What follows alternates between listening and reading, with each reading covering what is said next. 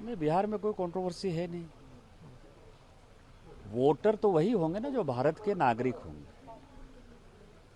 और भारत के नागरिक, मान लीजिए कि किसी जगह पर, किसी विधानसभा में, जो हमने अपने झारखंड के चुनाव में देखा, और जिसको माननीय राहुल गांधी जी भी कहते हैं, मतलब हम माननीय राहुल गांधी जी के इस बात से सहमत हैं, और मुझे लगता है कि चुनाव आयोग ने राहुल गांधी जी से ही सीख कर ये काम स्टार्ट किया होगा। उनका ये कहना है कि किसी विधानसभा में 10% वोट बढ़ा और किसी विधानसभा में 150% वोट बढ़ गया। जो हमारे यहाँ झारखंड में हुआ, अभी जस्ट विधानसभा का चुनाव हुआ है, उसमें कम से कम 40 ऐसी विधानसभा थी, और खासकर मेरे इलाके में संथाल परगना के 18 विधानसभा में, जहाँ की वोटर 150% के आसपास बढ़े। तो जब इतनी तेजी से वोटर बढ़ते हैं तो वोटर कहाँ थे? और मान लीजिए कि 80 साल का कोई बूढ़ा आदमी, 75 साल का कोई बूढ़ा आदमी, 65 साल का कोई बूढ़ा आदमी, वो 2010 में वोटर नहीं, 15 में वोटर नहीं, 20 में वोटर नहीं, और वो 25 में यदि वोटर हो गया, तो उससे पूछा जाएगा ना कि भैया आप 75 साल तक वोटर क्यों नहीं थे, कहाँ थे? तो यदि ये चुनाव आयोग यदि मांग रहा है तो मुझे नहीं लगता है कि इसमें कोई परेशानी है, और भारत का जो नागरिक है उसी को वोट देने का अधिकार है। तो चुनाव आयोग जो काम कर रहा है हम सहमत हैं, और जो राहुल गांधी जी कह रहे हैं उसी को चुनाव आयोग इम्प्लीमेंट कर रहा है। ये बिहार में ही होना है, दूसरी स्टेट में भी इसको लागू करना मैंने सुना है कि दूसरे राज्य में भी होगा। अभी जैसे झारखंड में इलेक्शन नहीं है, लेकिन झारखंड में शायद इसके बाद इसकी ड्राइव स्टार्ट हो। सर कन्हैया कुमार का कल उस वो उनका अपना पार्टी का इंटरनल मामला है। सर सिक्किम में इस बार ये जो बैठक आयोजन किया हुआ है सर, इसके ऊपर सर आपका प्रतिक्रिया? देखिए, सिक्किम क्या है कि सिक्किम बहुत ही खूबसूरत जगह है।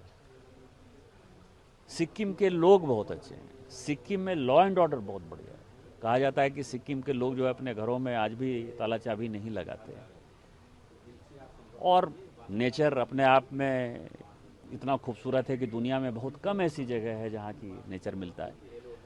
तो इन सारे चीज़ों के लिए हम सभी चिंतित हैं, पूरी पार्लियामेंट, पूरे देश चिंतित है, और खासकर मोदी जी चिंतित हैं। आप देख ही रहे हैं कि जिस तरह का रेल लाइन आ रहा है सिलीगुड़ी से यहाँ, तो 1 घंटे में जो है आप सिक्किम पहुँच जाएंगे।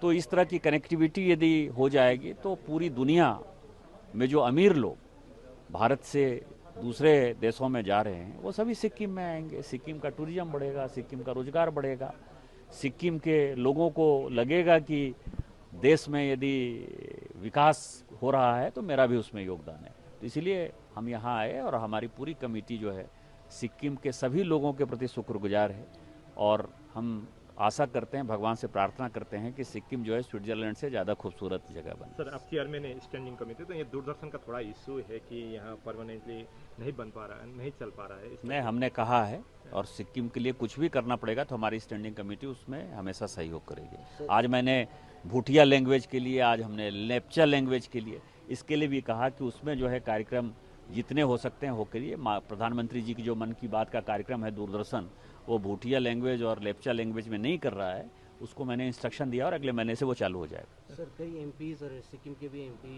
अरुणाचल के एमपी का भी एक डिमांड है कि दलाई लामा को भारत रत्न के लिए, ये बात पर आपकी क्या टिप्पणी है? दलाई लामा को भारत रत्न मिलना चाहिए सर? ये बड़ा ही चीज़ें हैं। मैं दलाई लामा जो है हम लोगों के सम्मानित हैं, और आपको मैं बताऊं कि पिछले 66 साल से भारत के लोगों ने जो है उनको हमेशा सम्मान दिया, और मेरे लिए तो दलाई लामा इसलिए बहुत महत्वपूर्ण है कि मैं जिस गांव का हूं, मेरा गांव जो है विक्रमशिला है। विक्रमशिला ने इस दुनिया में पहला वाइस चांसलर दिया भगवान अतीश दीपांकर, और भगवान अतीश दीपांकर, ये दलाई लामा पंथ और पंचेन लामा पंथ की जो स्थापना हुई उसमें भगवान अतीश दीपांकर का जो है सबसे बड़ा योगदान है। तो आप समझ सकते हैं कि मैं उस गांव का हूं जिसने कि सारे पंथ की स्थापना की, तो हमारे लिए हमेशा सम्मानित है। उनको कुछ भी मिलेगा तो मुझे लगता है खुशी होगी मुझे। अगर ये एमपी फोरम बनेगा तो आप भी सपोर्ट में जाएंगे सर? हम तो जो तिब्बत के जो फोरम है, भारत तिब्बत मैत्री फोरम जो है सांसदों का, मैं उसमें 2009 से जब से सांसद बना हूं तब से मैं ऑलरेडी हूँ उसमें। ओके सर, जो आपका महाराष्ट्र को लेकर जो टिप्पणी था उसमें संजय राउत का जो स्टेटमेंट आया है, क्या कहना है? देखिए, किसी टिप्पणी पर मुझे कुछ नहीं कहना है। जहाँ तक सवाल है कि मैंने क्या कहा, मैंने कहा कि महाराष्ट्र का आज़ादी के आंदोलन में बहुत बड़ा योगदान रहा। मराठी भाषा जो है, जैसे मराठी भाषा का सम्मान है, मराठी का सम्मान है, कन्नड़ का सम्मान है, तमिलियन का सम्मान है, तेलुगु का सम्मान है, उसी तरह से जैसे उनकी वो रीजनल लैंग्वेज है, जैसे उनको अपनी भाषा के प्रति प्यार है, उसी तरह से बिहार के लोग होंगे, उत्तर प्रदेश के लोग होंगे, झारखंड के लोग होंगे, मध्य प्रदेश के लोग होंगे, राजस्थान के लोग होंगे, उनकी भी अपनी भाषा है, उनकी हिंदी भाषा है। तो किसी भाषा के आधार पर यदि ये लुम्पेन एलिमेंट ठाकरे परिवार जो है यदि मारपीट करता है तो हमारे बर्दाश्त के बाहर है। दूसरी बात मैंने कही जिसको कि बड़ा तोड़ मरोड़ कर पेश किया गया कि महाराष्ट्र का इस देश के इकोनॉमी में बड़ा योगदान है, उससे कोई डिनाई नहीं करता। हमारी बातों को जो है गलत ढंग से लोगों ने समझा, लेकिन हम ये कह रहे हैं कि मुंबई जो है या महाराष्ट्र जो टैक्स पे करता है, उस टैक्स पेयर के मनी में हमारा भी योगदान है।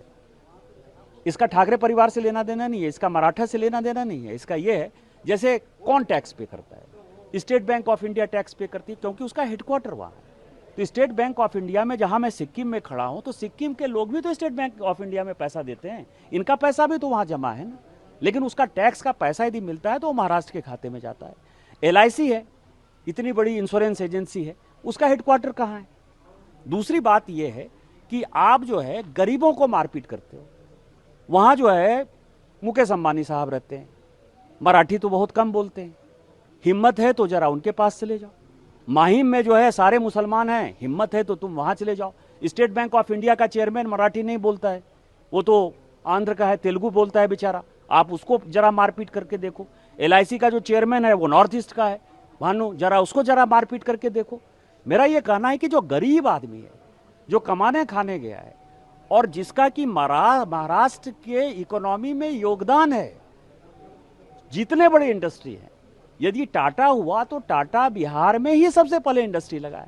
यही तो मैंने कहा, इसमें कौन सी बड़ी बात करी। और मेरा ये मानना है यदि इस तरह के, और मैं अपनी बात नहीं करता, कारण मैं सांसद हूं, मुझे पता है कि मुझे क्या काम करना है, लेकिन यदि आप ठाकरे परिवार, राज ठाकरे और उद्धव ठाकरे को यदि लगता है कि डरा के धमका के राजस्थानी को, मध्य प्रदेश के लोगों को, उड़ीसा के लोगों के, बंगाल के लोगों को, पहले तमिलनाडु के खिलाफ आपको पता है कि माहौल बनाया, गुजरात के लोगों के खिलाफ माहौल बनाया, यदि ये माहौल बनाकर यदि आप राजनीति करना चाहोगे तो राजनीति नहीं होगी।